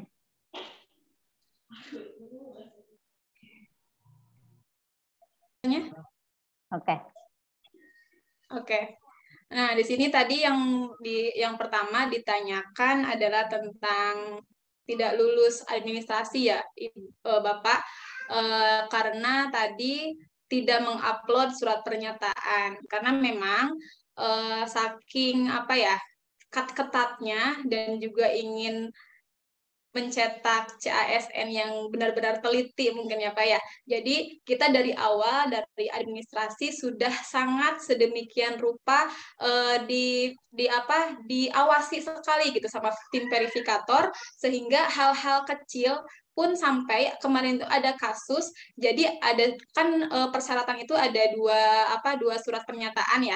Ada pernyataan yang tadi bebas narkoba sama pernyataan siap ditempatkan di mana saja. Nah, itu dua-duanya membutuhkan materai. Nah, ada kasus satu orang itu menggunakan satu materai untuk dua file tersebut. Nah, itu sampai sama tim verifikator itu ketahuan gitu. Jadi memang seleksi CPNS atau CASN ini memang benar-benar ketat gitu untuk nantinya mencetak generasi yang cermat, cerdas gitu. Intinya seperti itu. Jadi dari awal sebelum kita masuk berperang yang selanjutnya ya, ikuti soal SKD, kita juga harus berperang nih dalam tes seleksi administrasi. Jadi nanti mungkin untuk tahun yang selanjutnya kepada teman-teman ataupun adik-adik ya yang di sini yang sudah bergabung ingin mengikuti CPNS, jangan sampai kalah duluan gitu sebelum kita berperang gitu.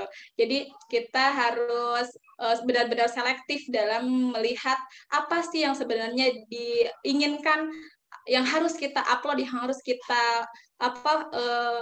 harus kita isi gitu di administrasi tersebut. Kemudian yang kedua, tadi dari Ibu Syamsiah dan juga dari Bapak Agus Suparno tentang tips dan trik gitu ya.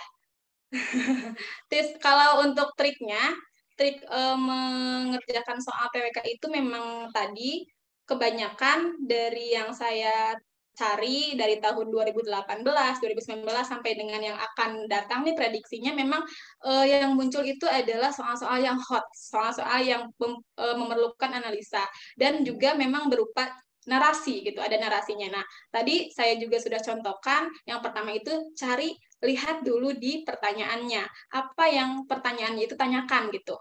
Supaya kita nanti tidak bolak-balik ke narasi. Jadi kalau kita baca dulu pertanyaannya, oh berarti ini yang ditanyakan. Nanti kita lihat di narasi itu apa sudah bisa mencari garis besar. Nah, itu. Kemudian yang kedua, cari kata kunci.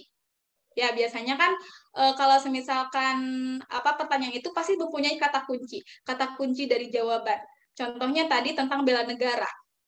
Bela negara itu kata kuncinya. Kita harus bisa langsung menganalisis, oh kalau bela negara itu pasti dia tersambung dengan nasionalisme, pasti dia tersambung dengan patriotisme, pasti dia tersambung dengan cinta tanah air. Nah, kita cari jawaban-jawaban yang selaras dengan itu. Nah, kemudian untuk triknya lagi, memang kalau misalkan kita ketika mengerjakan, dahulukan soal yang menurut kita gampang, yang menurut kita mudah. Jadi kalau kita lihat, nih ada soal yang udah ngegluyur gitu ya, pertanyaannya narasinya panjang, kita lewat saja dulu. Kita kerjakan dulu yang menurut kita mudah. Nanti kalau misalkan masih ada waktu nih sampai soal yang terakhir, masih ada waktu, kita kembali lagi kepada soal-soal sebelumnya, kita cek lagi mana soal-soal yang belum kita isi. Gitu. Kemudian selanjutnya tipsnya lagi, memang kita harus banyak-banyak belajar ya Bapak Ibu, harus banyak-banyak latihan soal. Jadi jangan hanya kita menghafal saja pasal-pasal, menghafal Pancasila, karena Pancasila juga mempunyai butir-butir ya, ada 45 butir pengalaman Pancasila dari sila yang 5 itu. Nah, kemudian jangan sampai stuck di situ. Jangan sampai kita sudah hafal nih, udah pasti lolos. Karena hafal saja itu tidak menentukan, kita harus memahaminya. Itu yang kedua, jangan hanya menghafal tapi juga harus pahami. Kemudian selanjutnya memang harus kita banyak latihan soal. Banyak latihan soal terutama dalam pengamalan-pengamalan Pancasila nih yang kemarin tahun 2019 saya lihat-lihat justru soal-soal tentang pas ditanyakan undang-undang pasal berapa itu jarang yang muncul, hanya sebagian dikit saja ya, hanya 2 soal saja. Justru yang lebih banyak itu adalah tentang pengamalan Pancasila. Terlebih lagi kemarin Pancasila keempat sama kedua itu yang banyak sekali muncul di soal-soal kemarin. Nah, kemudian untuk tipsnya lagi, karena nih kita pemetaan khususnya ya, ini kan sepertinya banyaknya dari Bapak Ibu penyuluh yang sudah jadi ya, yang sudah PNS ataupun non-PNS gitu, untuk pemetaan, karena kita juga belum tahu waktunya kapan, mungkin memang dalam waktu dekat ini, sebelum kita tahu itu waktu jelasnya kapan, yuk kita belajar bareng-bareng dari sekarang. Karena untuk menyiapkan hal itu sangat memerlukan waktu yang panjang gitu. Kalau saya pribadi tidak bisa tiba-tiba besok ujian semalamnya SKS gitu ya, sistem kebut semalam, kita harus hafal gitu. Karena itu bukan metode belajar yang berkualitas menurut saya. Karena metode belajar yang berkualitas itu yang pertama kita harus tahu cara atau metode belajar yang pas dengan potensi kita. Kemudian yang kedua, jangan hanya belajar lama, tetapi belajar rutin. Coba kita bikin jadwal untuk belajar. Contohnya, jangan nggak usah lama-lama gitu ya. Pagi cuma 30 menit contohnya ya. Siang jam istirahat kita belajar 15 menit contohnya. Kemudian nanti nih baru deh malam ketika anak-anak sudah tidur, ketika suami atau istri sudah tidur, kita maksimalkan di situ untuk belajar seperti itu. Oke, Bu Ayu, terima kasih tips dan triknya. Selanjutnya silakan Kang Atep dilanjutkan karena kita cuma punya waktu 6 menit lagi untuk mengakhiri acara ini. Luar biasa ya, sudah lebih dari setengah jam, lebih dari waktu yang ditentukan. Ini sebenarnya masih banyak soal-soal Bu yang ingin kita tampilkan sebenarnya. Iya. Silakan Kang Atep. Oke, saya hanya menambahkan ya. Pertama untuk seleksi administrasi memang itu penjaringan di awal ya. Kemarin saya lihat data yang daftar di Kementerian Agama untuk CPNS ya. Itu ada sekitar 100.000. Tapi yang lolos seleksi administrasi itu ada 50.000, berarti setengahnya gugur ya. Iya. Itu ya karena sangat ketat sekali. Nah untuk yang sekarang, khususnya misalkan tentang akreditasi, maka itu harus diperhatikan apakah Anda daftarnya komlot atau umum ya. Kalau umum itu bisa menggunakan salah satunya. Kalau komlot harus dua-duanya terakreditasi A, baik prodi ataupun kampus ya. Kemudian untuk selanjutnya kalau ditanya tips dan trik, hampir semuanya tadi sudah dijawab sama Bu Ayu ya. Saya juga melakukan hal yang sama. Tetapi jangan lupa ya, kalau saya pernah membaca sebuah buku, ketika kita ingin berhasil melakukan sesuatu, maka ada 3 cara. Pertama, kerja keras, ya, kerja cerdas, dan faktor X. Nah, faktor X-nya ini jangan dilupakan ya. Pertama, ketika Anda misalkan ingin mengikuti seleksi, maka dekatkan diri ya pada Yang Maha Kuasa.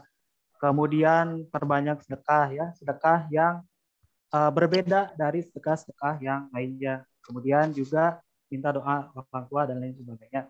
Itu faktor X-nya. Kemudian kerja cerdasnya yang tadi ya. Kalau soalnya panjang-panjang, maka usahakan cari kata kuncinya atau langsung ke inti pertanyaannya. Kemudian manajemen waktu juga harus diperhatikan karena saya tadi katakan satu soal itu maksimal dikerjakan 54 detik ya. Jika misalkan kita ini rasanya sulit untuk dijawab dalam waktu segitu, maka skip dulu, lewat dulu, ya, dan kerjakan soal yang paling mudah.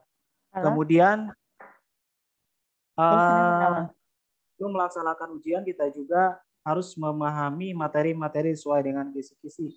Khususnya TWK, tadi ada 4 ya, nasionalisme, integritas, bela negara, dan 4 pilar. Maka silahkan dipahami, diperdalam. Kalau ada yang harus dihafal, maka silahkan dihafal ya. Seperti undang-undang ataupun tanggal-tanggal yang lainnya. Kalau pengalaman sendiri, saya dulu masih ingat untuk soal TWK, pernah soal yang berhubungan dengan pahlawan-pahlawan ya.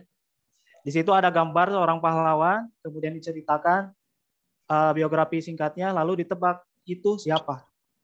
Nah dulu saya karena membacanya belum secara komprehensif, saya lupa itu ya, siapa pahlawan itu dan jasanya apa gitu. Nah, tipsnya sih perbanyak lagi literasi, kemudian buat waktu belajar tadi ya, yang penting konsisten meskipun tidak lama, cuma 1 jam ataupun 30 menit. Ini itu Bu, tips dan trik dari saya. Ibu masih di unmute? Oh ya, masih di unmute. Ya. Baik, terima kasih Kang Atep dan Teh Neng Ayu, juga Kang Firman yang sudah hadir pada hari ini, luar biasa. Sampai akhir acara ini masih bertahan 412 orang, rekan-rekan yang menyimak kita pada hari ini. Luar biasa, mudah-mudahan sedikit yang kita bahas pada hari ini dapat membantu rekan-rekan semuanya dalam menyiapkan baik itu calon-calon ASN maupun teman-teman penyuluh yang memang akan menjalankan tes pemetaan. Saya informasikan bahwa ada beberapa daerah yang sudah melaksanakan pada hari ini di Jawa Barat, ya, ada di Subang dan daerah yang lainnya. Mungkin nanti akan menyusul di hari Senin untuk daerah dan daerahnya, termasuk Kota Bekasi kemungkinan di hari Senin atau hari Selasa. Mudah-mudahan teman-teman tadi sudah sedikit ada gambaran apa yang sebetulnya ada di soal-soal TWK. Ternyata nggak seserem yang dibayangkan ya Bapak Firman ya. Dan itu harusnya sudah selesai ya, buat penyuluh sudah selesai, itu nggak ada masalah. Masalah integritas, masalah nasionalisme, masalah wawasan kebangsaan harusnya sudah selesai lah gitu ya. Tinggal sekarang memang memaksa. Kemarin rela menghormat di depan laptop atau TV, udah selesai gitu. Nah itu. Jadi apa ya, nasionalisme versi corona ya. Ya. Jadi mudah-mudahan nanti itu bisa memberikan gambaran buat Bapak Ibu semuanya, sehingga ketika pada saatnya tes nanti tidak lagi menjadi bingung ya. Tadi tips dan trik. Bagi yang tadi menyimaknya kurang lengkap, silakan bisa disaksikan di YouTube yang sudah di-share oleh Bang Naib. Saya atas nama membawa acara pada siang hari ini, mohon maaf atas segala kekurangan. Mungkin tadi saya kurang melihat ada yang dari awal sudah raise hand karena waktu juga sudah lebih nih dari waktunya 30 menit ya. Biasa. Sekali lagi terima kasih Bapak dan Ibu semuanya, Neng Ayu, Kang Atep, Kang Firman. Ya, saya akhiri dengan ucapan hamdalah, alhamdulillahirabbil alamin. Alhamdulillahirabbil alamin. Wallahul muwaffiq ila aqwamit thoriq. Wassalamualaikum warahmatullahi wabarakatuh. Bang Naif, silakan Bang Naif. Waalaikumsalam warahmatullahi wabarakatuh. Waalaikumsalam warahmatullahi wabarakatuh. Terima kasih kepada host pemantik kita, Akang Firman Nugraha, dan para narasumber kita yang milenial. Mudah-mudahan acara ini kita bisa istiqomah. Insya Allah kita ketemu lagi di Jumat yang akan datang. Tentu dengan masih tema seputar CASN ini. Dan saya akan menampilkan tentu profil-profil penyuluh-penyuluh milenial ya. Kalau saya sama sama TRT mah sudah kolonial ya kayaknya. Oh, milenial. Saya sama Kang Firman masih milenial loh. Yang kolonial Bang Naif aja. Oke, makasih. Saya sudah dipesan bergaya milenial ini. Baru 24 kok kita. Ini TRT yang mimpin jadi hostnya udah pecah rekor nih, udah 400 ini. Makasih, luar biasa. Makasih, Bang. Mungkin karena disponsori oleh roti nih. Habibie Kitchen. Iya. Besok tanda tangan kontrak ya Bang ya. Iya. Makasih juga buat teman-teman seluruh Indonesia yang sudah hadir, baik dari Aceh sampai Papua Barat. Makasih atas partisipasinya. Yang lagi akan menjalani pemetaan, mudah-mudahan sukses, lancar, jangan grogi, biasa saja. Kemudian yang lagi menunggu pengumuman masa sanggah, mungkin ada yang lagi masa sanggah, mudah-mudahan sanggahannya diterima. Yang lagi akan menjalani SKD, kita doakan mudah-mudahan lulus. Nah, selalu. Baik teman-teman, sebelum saya tutup, izinkan saya untuk men-screenshot ya. Jadi teman-teman, mohon dibuka teman-teman. Kameranya dinyalakan. Saya ingin mengambil. Ini ada sekitar 15 halaman ini. Ada 15 tampilan ini. Terima kasih. 1, 2, 3. Coba lagi. Oke, halaman 3. 1, 2, 3, 4. Banyak ini ya, sabar ya. Ini sukses juga karena ada pemantik kita, ada Pak Firman yang sedikit ada intimidasi gitu bahasanya. Pemantiknya gasnya ini nih, luar biasa. Pak Firman ini juga banyak loh buku-bukunya tentang penyuluhan. Saya pernah bekerja sama dengan beliau. Ada juga saya nggak diajak nih. Ada juga buku tentang manajemen masjidnya. Kayaknya ada sesuatu nih. Kayaknya ada sesuatu nih Bang Naif Jakarta diajak, saya Bekasi nggak diajak. Saya dikasih persenan kalau melariskan bukunya. Bukan, ngilang ke Arab itu. Ini kita kan bisa. Ini host bisa kita. Saya share itu ke unta-unta. Ini host kita impor. Japar, besok mau ada moderasi beragama tuh di Garut. Ya, host kita impor dari Timur Tengah ini. Langsung. Oke, terima kasih.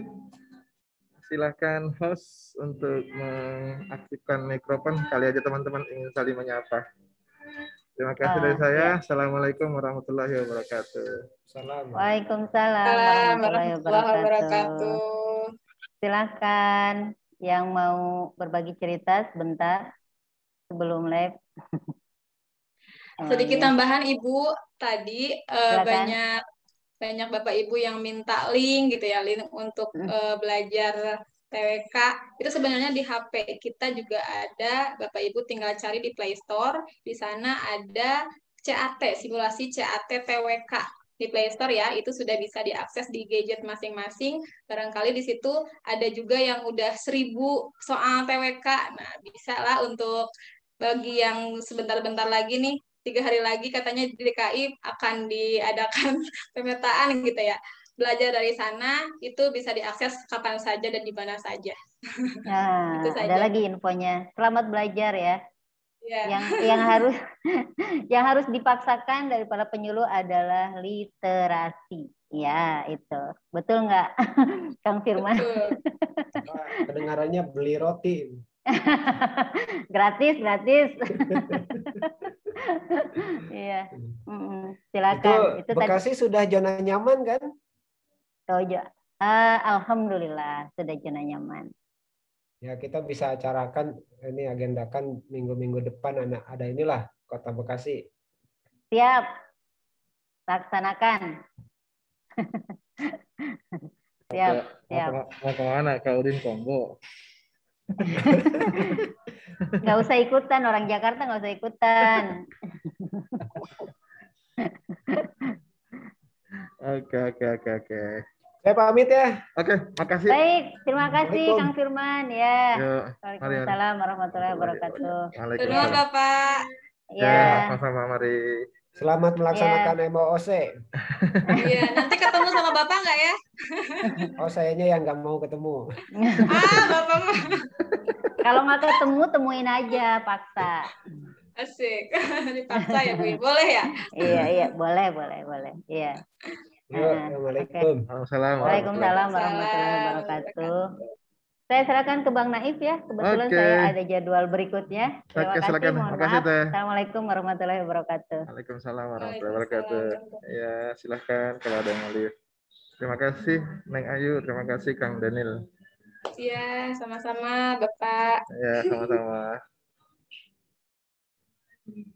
Oke. Kita live aja. Ya, silakan. Mangga. Ya. Terima kasih semua. Ya. Oke. Terima kasih semuanya. Sama-sama. Terima kasih. Terima kasih. Semoga berkah. Terima kasih Kang Baim. Terima kasih Bang Firman sudah live ya. Terima kasih Bang Najib semuanya. Nah, gitu loh. Ada di komplek ini juga ya. Assalamualaikum. Assalamualaikum warahmatullahi wabarakatuh. Terima kasih.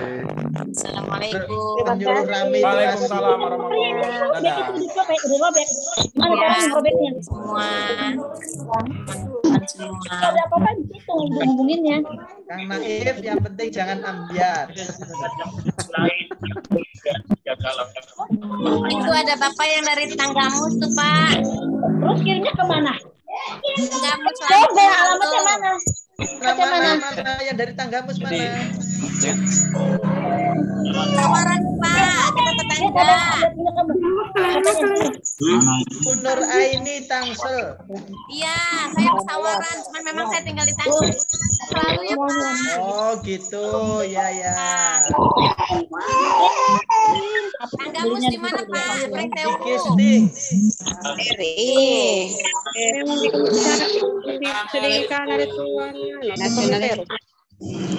Gisting Kota Dingin.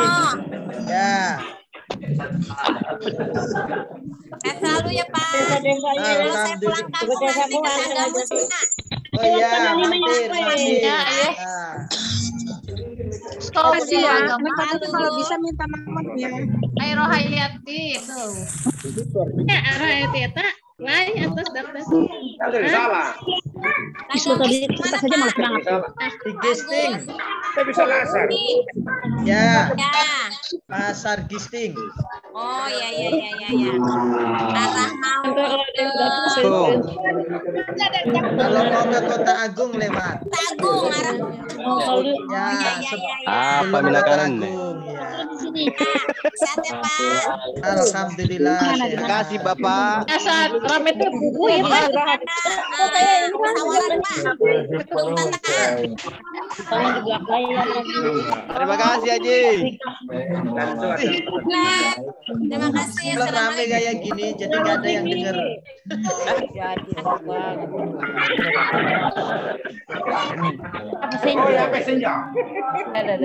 Tanggung jawab. Ini soalnya udah ribut. Kita bukan pemberitaan. Terima kasih semua. Agus Suparno, Tanggamus. Ya. Minumnya mie ayam. WA-nya Pak, biar bisa koordinasi. Oh ya. Kalau saya pulang kita silaturahim. Ya. Insyaallah. Kita bisa lihat nomornya.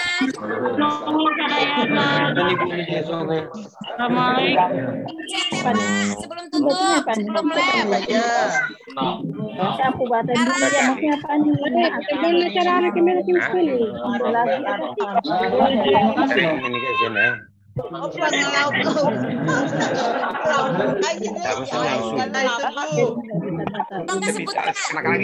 Udah saya chat. Oh, Jay. Iya, tapi bilang sih Mas Gilang.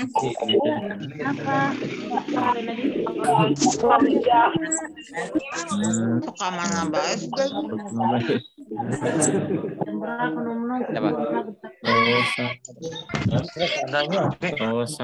Lagi. Belum. Tiga warna. Oke, bagus. Terima kasih. Sudah ya. Oke. Ya, Assalamualaikum. Waalaikumsalam. Salam sehat selalu untuk semuanya. Izin live. Terima kasih.